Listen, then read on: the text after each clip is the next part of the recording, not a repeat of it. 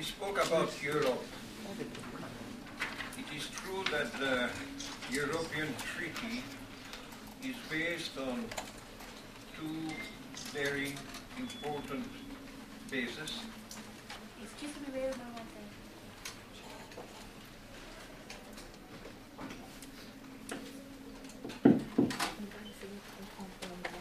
We spoke this morning about the European crisis, and it has been insisted on the fact that the European Treaty has two main bases. One is the neoliberal economy, in such a way that it is practically impossible to establish a socialist system within the European Union for the moment. And the second, the dependence from the US for defense through NATO. Those are really, we could say, the original sins of the European construction.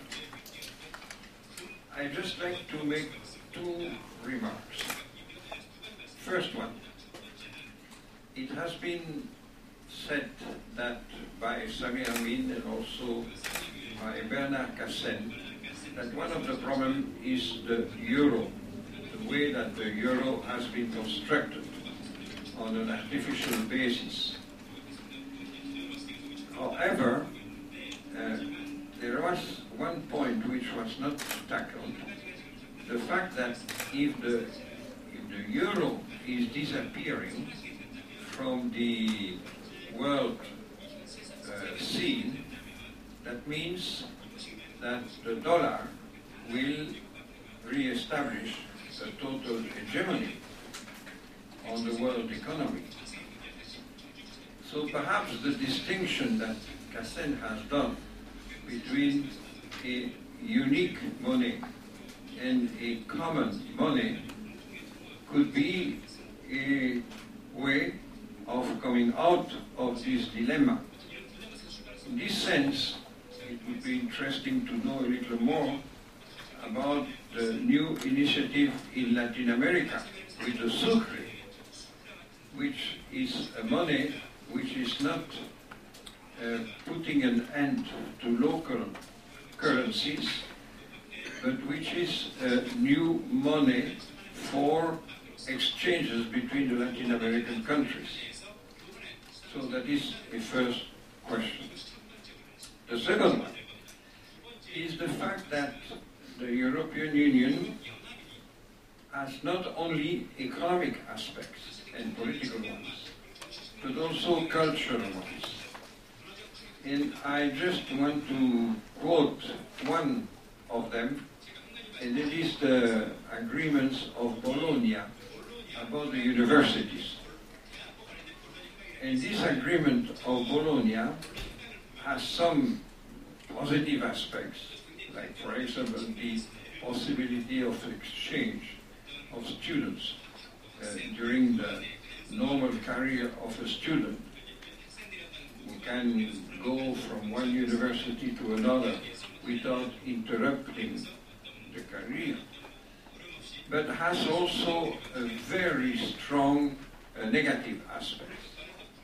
And that means the philosophy of the construction of the university is based on competition, on excellency, precisely the neoliberal type of principles, and making of the universities really entering the universities in the universe of business values as an economic phenomenon.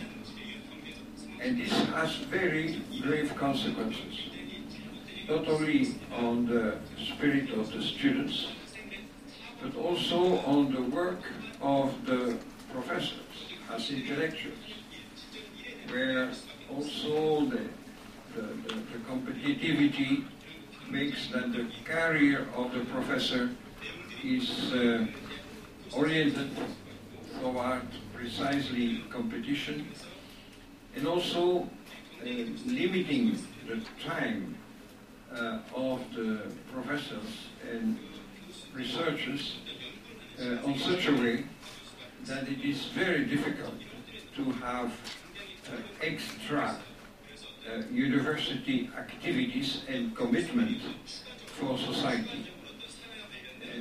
It tends to really orientate the university excluding the critical thinking, just also by the way that there is no time, because the whole time has been also is taken by a very great burden of administrative tasks and writing reports on everything, so that we have there a real orientation which can have a great consequence for the future.